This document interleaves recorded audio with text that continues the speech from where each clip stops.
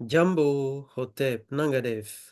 Donc, bienvenue à Kwaba, à cette vidéo concernant les systèmes dynamiques. Alors, je suis Marcelin Ninidabo, docteur ingénieur en contrôle commande de systèmes dynamiques. Je suis ingénieur consultant dans l'industrie et je suis chercheur indépendant. Alors, dans les vidéos précédentes, je vous ai parlé des systèmes dynamiques avec une approche exclusivement temporelle et nous commençons à voir pourquoi, parce que dans les vidéos précédentes, j'ai considéré également les systèmes stables que je vais traiter tout au long de cette vidéo. Alors, la première fois, je vous avais parlé, donc des lois fondamentales. J'avais d'abord présenté un système dynamique du premier ordre, ce que c'est, dans une première vidéo. Donc, régi par une équation différentielle de ce type-là. J'avais parlé également des caractéristiques intrinsèques d'un tel système dynamique que sont la constante de temps et le gain statique. Ensuite, je vous ai montré le comportement dynamique par simulation des lois de commande qui régissent de tels systèmes dynamiques suivant que l'entrée est nulle. Autrement dit, lorsqu'on a un système autonome, à ce moment-là, on a une réponse de ce type-là, illustrée par ce graphique-là. Ou alors, lorsqu'on a une entrée qu'on appelle un échelon, qui est typé de cette façon-là, c'est-à-dire qu'on part de zéro et tout de suite on atteint une valeur élevée comme une marche d'escalier. Et à ce moment-là, on a une loi qui décrit la réponse dynamique de notre système sous cette forme-ci et dont ce graphique en dessous en est une illustration. Lorsque nous avons fini cette partie-là, nous sommes passés sur ce que j'ai appelé la constante de temps. D'accord? La constante de temps et l'isoconstante de temps. Pourquoi ces deux notions-là?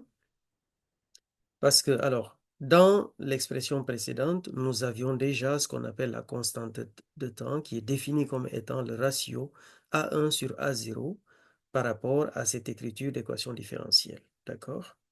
Et donc, quand on a les réponses qui ont été données en page précédente, nous voyons que, de toutes les façons, dès le départ, nous connaissions la constante de temps. Dans cette partie, cette deuxième partie que je vous ai présentée, il s'est agi de vous montrer comment maintenant, à partir des enregistrements, à partir des données récoltées sur un système du premier ordre, venir récupérer la constante de temps de notre système. En général, dans la littérature, on nous dit que quand on a un système autonome, donc dont la condition initiale est différente de zéro, et je répète encore, je considère ici des systèmes stables, c'est-à-dire à constante de temps strictement positif, à constante de temps strictement positive. Donc, qu'avons-nous? Eh bien, nous avons, pour déterminer la constante de temps, tout simplement besoin de nous positionner à 37% de cette condition initiale de départ, de faire la projection sur l'axe des abscisses et de lire directement la constante de temps. Dans le cas où on a une réponse indicielle, c'est-à-dire un système de ce type-là, excité en entrée par un signal échelon d'amplitude KE, peut-être unitaire, ou pas, à ce moment-là, nous avons cette réponse-là, et dans ce cas-ci, il suffit de se positionner à 63% de la valeur finale, ou alors du point d'équilibre de ce système-là, de faire une projection sur l'axe des abscisses et de lire directement la valeur de la constante de temps. Sauf que lorsqu'on récupère pour un système dynamique donné du premier ordre, admettons que ce soit un circuit RC série, parce que dans le cas d'un circuit RC série, on peut appliquer cette loi-là lorsqu'on regarde la dynamique de la tension aux bornes de la capacité par rapport à son entrée qui est le signal, l'alimentation en fait en tension de ce circuit RC-là. On peut appliquer également ce type de loi à un circuit RL, donc résistance en série, avec une inductance. Le RC, c'est résistance en série avec une capacité. Et donc, dans le cas d'un circuit RL, comme je disais, il est possible d'appliquer ces deux lois qu'on a vues, celle-ci et celle-ci, par rapport à la solution, à la dynamique du courant, par exemple, lorsqu'on regarde la dynamique du courant à travers la résistance et l'inductance. Et à ce moment-là, on déterminera tout simplement la constante de temps qui est le ratio L sur R. D'accord? Et le gain statique qui est égal à 1 sur R. Alors, pour revenir à ce que je disais, c'est que dans un cas pareil, comme nous l'avons vu, une fois qu'on a des données de mesure de notre circuit RC ou de notre circuit RL, comment venir déterminer la constante de temps? Ou alors, dans quel cas faudra-t-il faire les essais? Quel est l'avantage de ces formules de constante de temps ou d'isoconstante de temps pour une situation de temps de réponse ou alors une situation de temps de montée? Cela nous permet d'économiser du temps de test parce que il suffit avec cette formule-là de se positionner n'importe où, que ce soit ici au niveau de la réponse autonome ou alors ici au niveau de la réponse indicielle, pour calculer, déterminer la constante de temps de notre système. Donc le gamma qu'on voit ici, c'est le pourcentage qu'on définit, et ce pourcentage, c'est la réponse de notre système divisé par la condition initiale. Et donc, une fois qu'on se positionne ici, qu'on connaît la valeur de la sortie, on connaît la condition initiale, on peut calculer le gamma. L'instant de départ, on le connaît. Le temps de réponse, il suffit de projeter ici, de le lire. On déduit aisément la constante de temps de notre système. Donc, on n'a pas besoin de faire un test, ok, qui va durer dans le cadre, par exemple, d'un système thermique, qui va durer, on va dire, allez, 30 minutes. Non, il n'y a pas besoin. On peut prendre juste 10 minutes de test, sachant qu'avec l'hypothèse selon laquelle notre système dynamique en est un du premier ordre. Ça, c'est très important. Donc, on se positionne ici, on projette et on déduit la constante de temps. Pareil également dans ce cas-là. Voici les cas pour lesquels l'application de cette formule d'isoconstante de temps est importante. D'accord? Donc, ça permet de gagner du temps de test. Qui dit gagner du temps de test nous fait gagner de l'argent. OK? Parce que si on doit sous-traiter les tests, nous sommes dans un laboratoire de test, eh bien, nous sommes facturés en fonction du temps d'occupation du banc de test, par exemple. Et nous économisons en termes d'espace de stockage de données. Donc, tout ça, c'est des informations qui sont intéressantes, hein, pour pouvoir ensuite récupérer notre donnée qui est la constante de temps. Voilà les avantages de cette méthode ou de l'utilisation en tout cas de cette formule. Maintenant, si toutefois on a fait récolter nos données, ok, on veut venir calculer notre constante de temps, on peut utiliser soit cette formule-ci, on se positionne sur un point, on fait les calculs lorsqu'on connaît le temps de départ, d'accord, il est connu le temps de départ. Une fois qu'on ne le connaît plus, qu'on sait quand même que c'est un système du premier ordre, on peut utiliser cette formule-ci, d'accord, de l'isoconstante de temps qui est basée sur le temps de montée, c'est-à-dire on considère que deux points, on ne considère plus du tout l'instant de départ, puisque, par exemple, on a perdu l'enregistrement dès le départ de notre système, de l'acquisition des données de notre système. Si on a perdu l'instant de départ, eh bien, même sans l'instant de départ et même sans l'instant d'arrivée, c'est-à-dire de la valeur finale, on peut aisément, en utilisant cette formule-là, venir calculer notre constante de temps. Voilà. J'espère que ce rappel est très clair. Et ce que je dis ici, je prends mon temps. Ce que je dis ici, c'est qu'il est très important que vous puissiez noter que cette formule, ces formules-là qui sont utilisées, nous permettent de gagner du temps au moment de faire des essais. Donc, on peut concevoir les essais en gagnant du temps et donc en gagnant de l'argent. Et par rapport aux données enregistrées, nous pourrons économiser de l'espace de stockage. Donc, c'est l'un des avantages, ce sont les avantages que je viens d'énumérer, relatifs plutôt à l'utilisation des formules que j'ai qualifiées d'iso constante de temps. Maintenant, sur la base de cette formule-là, du temps de réponse ici que vous voyez, qu'on peut calculer à n'importe quel instant, d'accord, de notre système, de la réponse de notre système, comment, qu'est-ce que j'introduis? Qu'est-ce que j'ai introduit comme nouveau concept pour l'identification de système, hein? Parce qu'on peut avoir un système comme ça, d'accord? L'hypothèse de l'utilisation de ces temps, on sait que c'est un système du premier ordre, à ce moment-là, on vient. Maintenant, si on ne sait pas que c'est un système du premier ordre, comment le savoir? Ça, c'est la question. Donc, on a récolté nos données de mesure du système autonome ou alors la réponse indicielle, et ce que nous faisons, c'est que nous définissons un ratio. Donc, moi, je viens définir un ratio, d'accord? Et grâce à ce ratio-là, je pourrais identifier mon système dynamique du premier ordre. Comment je procède? Eh bien, je me positionne ici sur la réponse ou les données enregistrées de mon système-là. Donc, ce temps-là que j'obtiens ici, d'accord? Ce temps correspond à un temps TI, par exemple, qui est égal à TD moins taux ln de gamma I.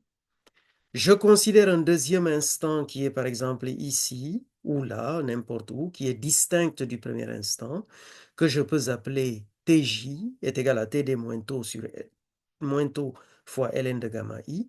Une fois que j'ai défini ces deux-là, je définis un ratio. Et le ratio, je l'ai défini de telle sorte que je fasse toujours le rapport entre le temps le plus petit sur le temps le plus grand, d'accord, de la réponse de mon système. Et donc, en regardant ces expressions-là, on voit très aisément que les moins taux se simplifient. Il me reste le ratio des logarithmes népériens des pourcentages fixés auxquels je viens calculer ces valeurs-là. Et donc, j'en ai profité pour fixer des critères. D'accord? Ce sont trois critères sur lesquels je m'appuie pour dire qu'un système dynamique dont je viens de récolter les données est un système dynamique du premier ordre. Alors, ce résultat, je ne l'ai jamais croisé dans mes lectures. Donc, si vous avez croisé ça dans vos lectures, eh bien, faites-le moi savoir, mais autrement, ça c'est une innovation que j'apporte. D'accord? C'est une innovation que j'apporte dans le domaine du contrôle-commande. Comment identifier un système dynamique du premier ordre sur la base du ratio des instants fixés de son domaine transitoire. Donc, si on se positionne ici, voici les trois critères. On prend ce ratio-là, on se positionne aux instants qui correspondent à 80% de la condition initiale, puis à 20% de la condition initiale, parce que dans le cas d'un système autonome, c'est 80 et plus, l'instant correspondant à 80% est plus petit que l'instant correspondant à 20%. Donc, on se positionne ici. À chaque fois, quelle que soit la constante de temps, vous voyez bien ici que ce ratio est indépendant de la fonction de temps, de la fonction constante, de la constante de temps plutôt. Donc, quelle que soit la constante de temps que nous avons, eh bien, ce ratio-là, à 80 et 20% de la condition initiale, vaut toujours la valeur 0,14. D'accord? Nous verrons dans les exemples comment calculer ce ratio-là de manière explicite. Pareil, nous reprenons les pourcentages 90-10 et les instants qui correspondent à ces pourcentages-là doivent valoir 0,0458 et pareil pour 95,5. Autrement dit, je me positionne, je vous ai présenté les notions de temps de montée ou temps de descente. Ici, nous allons parler de temps de descente parce que le signal part d'une condition initiale, descend vers la position d'équilibre. Quand on considère 80% de la condition initiale, c'est ici. Quand on considère 20% de la condition initiale, c'est ici. Ou alors 5%, ou comment dirais-je ici, 95% plutôt ici, 5% ici. Ensuite, 90% ici, 10% ici. Et les positions là, en les projetant sur l'axe des abscisses ici, on obtient les instants correspondants Nous faisons la différence avec l'instant de départ ici pour avoir ces expressions de TI moins TD, par exemple. Ici, le I va correspondre au 80, le J va correspondre au 20, et donc on va faire T80 moins TD sur T20 moins TD, et c'est ça qui va nous donner le ratio pour le rapport 80-20, et ce ratio-là doit toujours être égal à 0,14. Donc, en résumé, on considère un système dynamique. S'il est autonome et que sa réponse est de cette forme-là, lorsqu'on vient se positionner aux différents pourcentages-là, si les valeurs calculées de ce ratio que je définis et que j'introduis valent respectivement pour 80-20 0,14, pour 90-10 0,0458 à peu près, pour 95,5 0,0171, alors, dit le théorème que j'ai énoncé, ce système peut être assimilé à un système dynamique du premier ordre. Donc, pas besoin, ça c'est une façon de faire pour l'identification de système du premier ordre. On peut bien entendu faire l'identification avec des méthodes traditionnelles que je ne citerai pas forcément ici, mais ça, cette façon de faire, je redis encore, est à mon sens une nouvelle façon de faire que j'introduis, ne l'ayant jamais croisée dans la littérature. Jusque-là. Voilà. Ce que je voudrais dire comme remarque, c'est que quand vos données sont bruitées, il suffit d'utiliser un filtre approprié pour pouvoir filtrer d'abord dans un premier temps et ensuite aller chercher vos ratios pour les calculer de manière plus fine. Parce qu'avec le bruitage, parfois, on peut se fixer sur un point qui est erroné. L'autre remarque que je voudrais faire, c'est que dans le cas d'une réponse indicielle, nous considérons l'instant de départ donc qui est nul, et en général le calcul du pourcentage qu'on peut considérer, d'ailleurs, c'est le complément direct. Sinon, le complément direct, comme je vous ai montré hier, autrement, on pourrait, le complément direct est ici, d'accord? Sinon, on pourrait prendre cette expression du pourcentage. OK? Voilà. Qu'est-ce que j'ai dit? Il ne s'agit pas. Ce sont les pourcentages d'ici dont je parle, les 80 et les 20%, là. C'est de ça que je parle. OK. Donc maintenant, une fois qu'on a calculé eh bien, les ratios, qu'on est sûr qu'on a notre système qui est un système dynamique du premier ordre, à ce moment-là, nous pouvons utiliser, nous avons le choix. Soit nous utilisons le 37%, le 63%, ou alors si c'est dans un cas pour lequel on a un système du premier ordre avec une condition initiale qui est strictement supérieure à la réponse au point d'équilibre, qui est différent de 0, à ce moment-là, nous allons utiliser la formule ici pour calculer le pourcentage et ensuite aller déterminer ces ratios-là. D'accord? Donc, on peut déduire avec la constante de temps, avec l'isoconstante de temps, ou alors, et ici, ça c'est l'isoconstante de temps qui est basée sur, excusez-moi, donc, le temps que je change de page.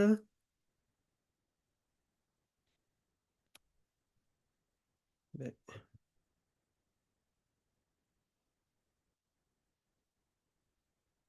il ne veut pas changer de page. Hop, je suis là. Donc, l'isoconstante de temps ici, d'accord? L'isoconstante de temps est là.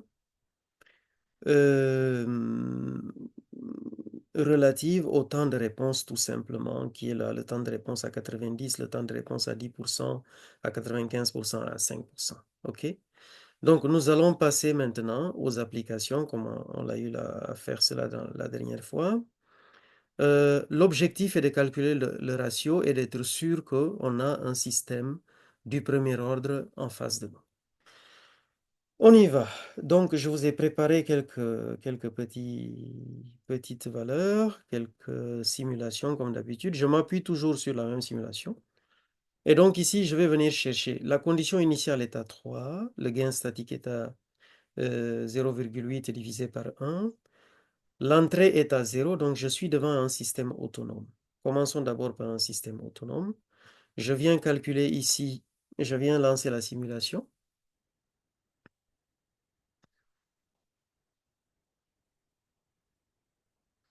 OK, donc j'ai le résultat de simulation. Je viens chercher un premier point ici. Donc on a dit le ratio, il doit être d'abord entre 80 et 20%. D'accord? Regardez bien les valeurs ici. Donc ratio à 80-20, on doit trouver à peu près 0,14. OK? Donc je viens chercher le 80% de 3. 3 fois 8, 24. Je dois être à 2,4 à peu près. Donc je me rapproche le plus possible.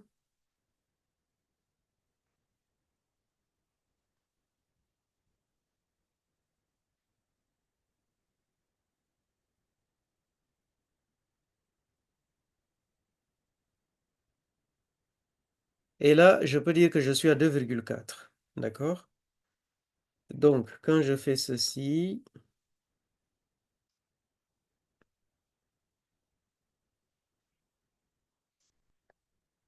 j'ai le ratio à 80-20 ici. Donc là, c'est du 80% ici. Je positionne le deuxième point. Désolé. Ah, ah. Ah, ah.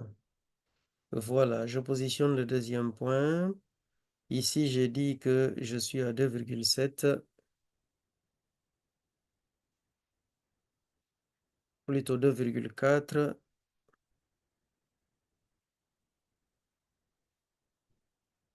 Voilà. Je vais chercher 2,4. OK, là je suis à 2,4, donc je suis à 80%, le temps c'est 0,06214.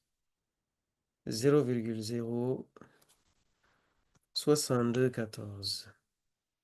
Ensuite, je vais chercher, donc à 20%, 3 fois 2, 6, ça va être du 0,6. Je me mets par là. Y est égal à 0,6, voilà.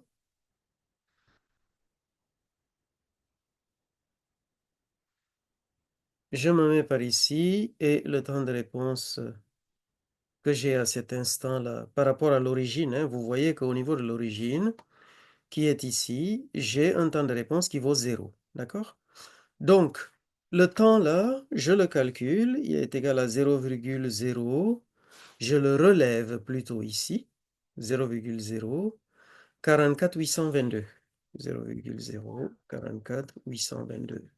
Quand je calcule le ratio, il me donne 1,38. J'ai dû oublier un 0 quelque part, où j'ai introduit un 0 en plus, parce que vous voyez que ici, c'est plutôt, c'est de là que vient l'erreur, d'accord?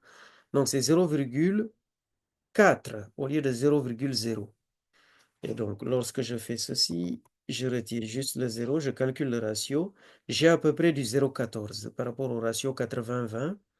Et quand je viens vérifier ici, j'ai le 0,14 ici, d'accord?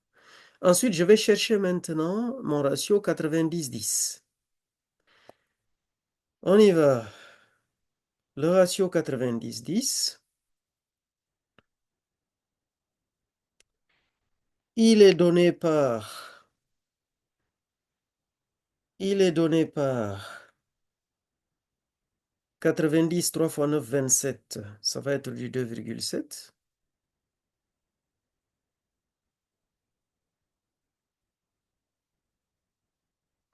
Je me positionne à du 2,7.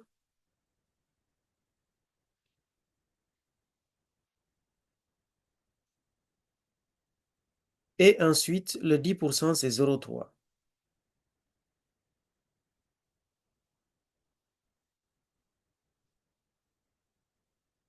Et voilà.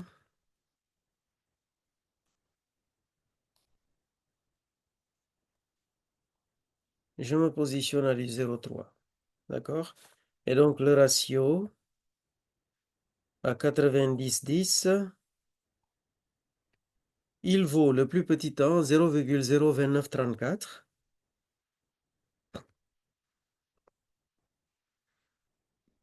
et le temps le plus grand 0,64126.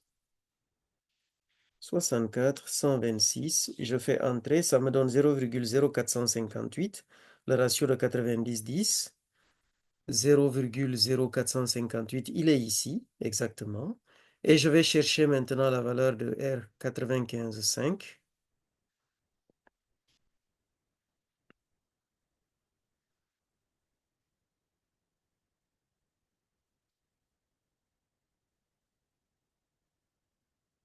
95% fois 3.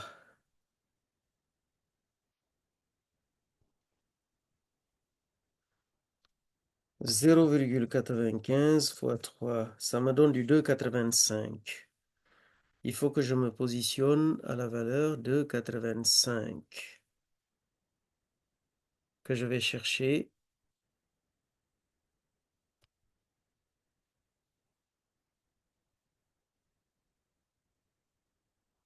Me voilà à peu près à du 2,85. 5%, c'est du 1,5.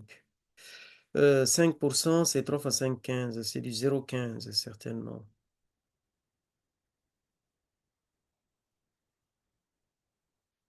0,15. Alors,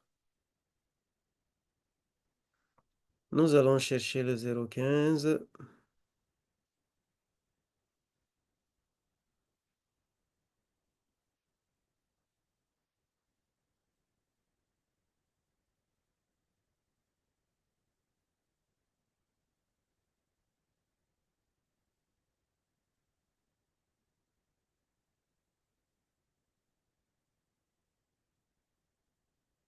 Donc, voici les deux instants. Et donc, pareil, je vais chercher les ratios. Ratio, on a dit à 5% et ratio à 95%. Voilà, jusque-là, je ne connais pas la constante de temps de mon système. Moi, je vérifie juste que c'est un système du premier ordre. Et donc, avec ce théorème-là, j'ai du 0,01428.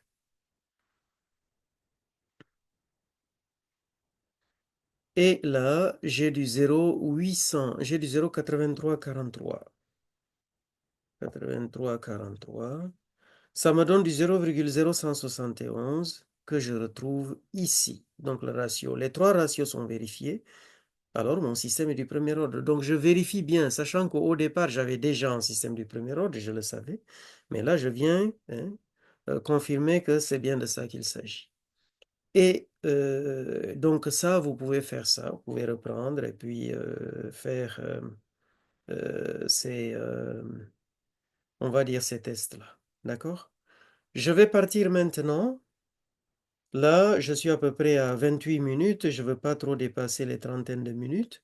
Ce que je vais faire, c'est que je vais considérer mon point d'équilibre à 0,7 ou par exemple à 1,2. Demander l'entrée à 1.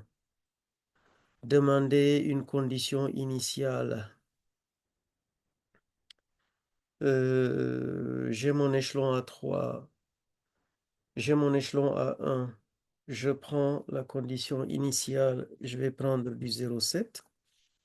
OK. Le point d'équilibre est à 1,2. Échelon 1, point d'équilibre à 1,2. Condition initiale 0,7. Un système très particulier. Et je vais chercher maintenant le ratio pour confirmer qu'il s'agit bien d'un système du premier ordre. OK? Donc ici, ce que je peux faire même, c'est de considérer un instant de départ qui est non nul. Mhm. Ça, je pense que je considérerai ça à un autre moment donné. Pour le moment, je ne veux pas trop prendre du temps. On pourra faire ça à un autre moment donné. Donc, je viens chercher les points. Je prends un point ici. Alors, la valeur finale, on va chercher du 20% de la valeur finale. Donc, le pourcentage dont j'ai parlé tout à l'heure, je vais calculer exactement le pourcentage de la manière ici. D'accord? Parce que ma condition initiale n'est pas nulle par rapport à la réponse de l'échelon, OK? Par rapport à la réponse indicielle. Je suis dans cette condition-là, donc ce sont ces éléments qu'il me faut utiliser pour venir calculer le pourcentage. D'accord? J'ai une sortie, je veux me positionner à 20%. J'ai la sortie ici, 0,7. Donc, je dois dire que le 20%, 0,2,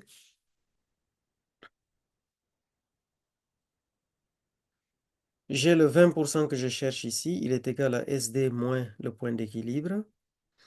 Donc, si je fais 20% multiplié par ça et que je rajoute aussi le point d'équilibre, ça me donne la valeur de ce point-là auquel il faut que je me positionne. D'accord? Donc, je fais le 0,20 fois, comme je l'ai dit, la condition initiale est à 0,7, le point d'équilibre est à 1,2, comme je l'ai calculé. Et ensuite, je viens rajouter aussi encore le point d'équilibre. La multiplication est prioritaire, je préfère quand même. Et donc, ça me donne 1,1. Il faut que je me positionne à 1,1. Là. Eh bien, ce pourcentage-là, il correspond à mon 20%. Cette position plutôt correspond à mon 20%. Je veux me positionner exactement à 1,1.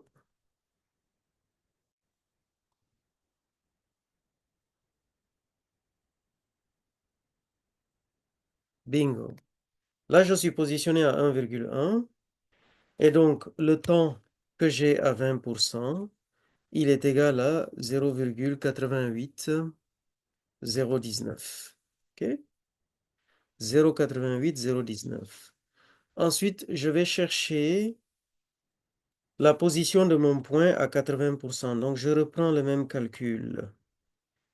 Je suis là à 80%. La condition initiale est pareille, le point d'équilibre est pareil. Je fais la transposition. Je dois me positionner à 0,8. Donc, je viens me positionner ici à 0,8. OK.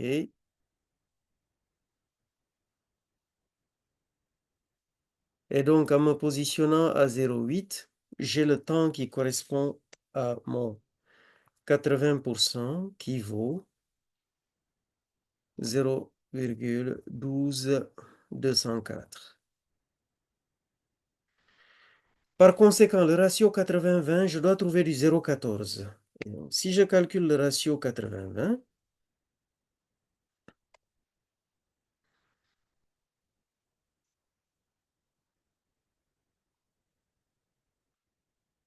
je calcule le ratio 80-20, ça me donne du 0,12204.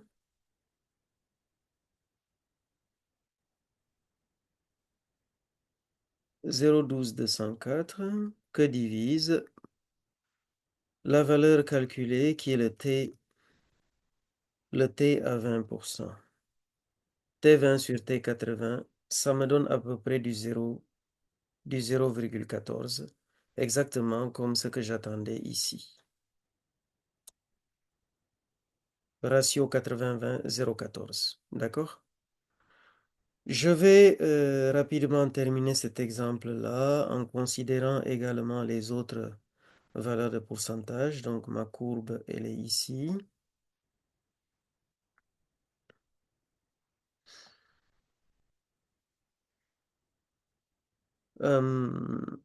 Donc, je reprends le 95%, comment calculer les pourcentages.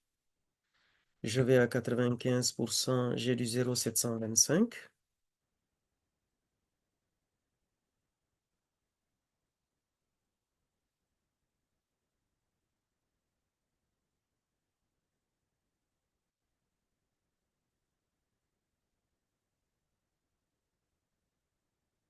Je cherche la position 0,725.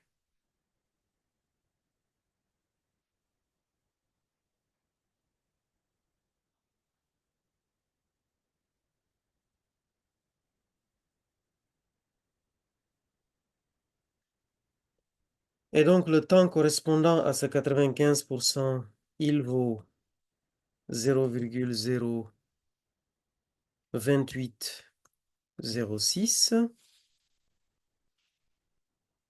Je vais chercher le temps qui correspond au 5%. Donc, pour cela, je vais chercher tout simplement le 5%. Il est à 1,175.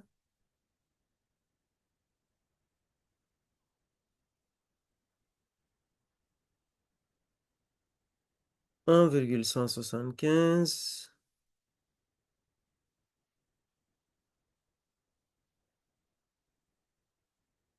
On va chercher le 1,175.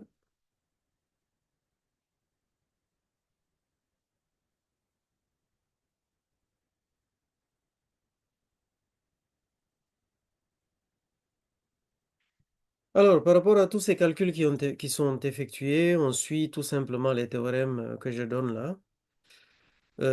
Et puis, on fait les calculs et en principe, on tombe sur les résultats. Ça, sauf erreur par rapport à ce qui a été, bien sûr, par rapport au relevé, par exemple, des données, plus ou moins avec précision, quoi. Voilà. On y arrive. On y arrive. Et voilà, 1,175. Et le temps correspondant, t à 0,5, il est égal à 1,638,39. Et donc le ratio entre 95 et 5%, il est égal à T95 que divise T à 5. Et ça me donne le 0,0171 que vous trouvez ici. Il me reste ensuite le dernier ratio, qui est celui de 90-10 que je vais chercher rapidement.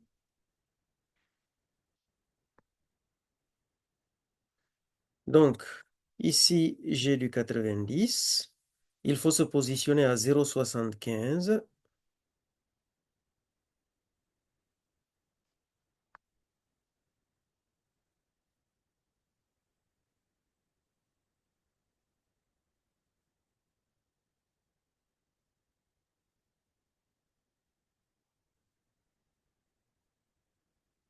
Nous y voilà à 0,75 et le temps à 90, il vaut 0,05762. Je vais chercher l'instant correspondant au 10%. Non, c'est pas ça.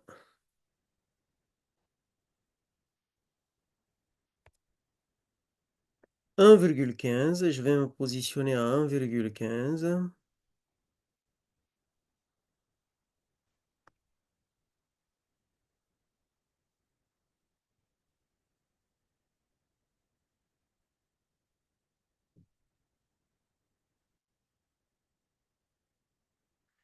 Et nous sommes à la valeur, donc T à 10%, il vaut 1,25929. Par conséquent, quand on calcule le ratio de 90-10, il vaut tout simplement T90 que divise T10. Et ça nous donne le 0,0458 qui est le résultat escompté que nous avons ici. Donc, c'est ainsi qu'on confirme qu'on a un système du premier ordre. Donc, ça, c'est une technique d'identification pour dire que notre système est un système du premier ordre, comme vous pouvez le voir. J'ai pris deux exemples ici. J'ai pris un premier exemple avec un système autonome et là, j'ai pris un second exemple avec un système avec une réponse indicielle. J'ai pris volontairement une condition initiale non nulle Et la façon de calculer les pourcentages, vous avez vu que c'est très important. Ça vous permet de venir caler sur les formules que je donne, qui sont ici par rapport au calcul de pourcentage. D'accord? Donc, je pense que, j'espère que ça a été clair, que ça vous a plu. Comme d'habitude, je vous dis Djadjefete par rapport à la concentration, au suivi. Djadjefete, ça veut dire merci en wolof, hein, une langue ouest africaine parlée au Sénégal, en Mauritanie, en Gambie, au Mali, voilà, en Afrique de l'Ouest en général. Donc, je vous dis Djadjefete. Et puis, merci beaucoup d'avoir suivi cette présentation. Et je résume juste. Donc, j'ai introduit,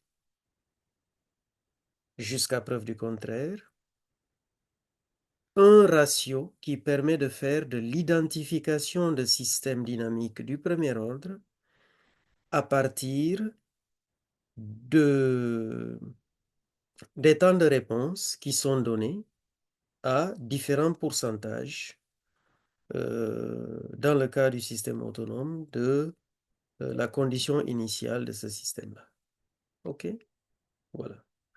Donc, tout système dynamique dont on récupère les données de mesure, pour lequel le ratio des temps de réponse relatif à la condition initiale vaut pour les pourcentages 80-20, 0,14, 90-10, 0,0458, 95-5, 0,017, est un système du premier ordre ou peut être assimilé à un système du premier ordre. Je vous remercie beaucoup pour votre attention. J'espère qu'on se verra bientôt pour la suite. Encore merci et puis à la prochaine.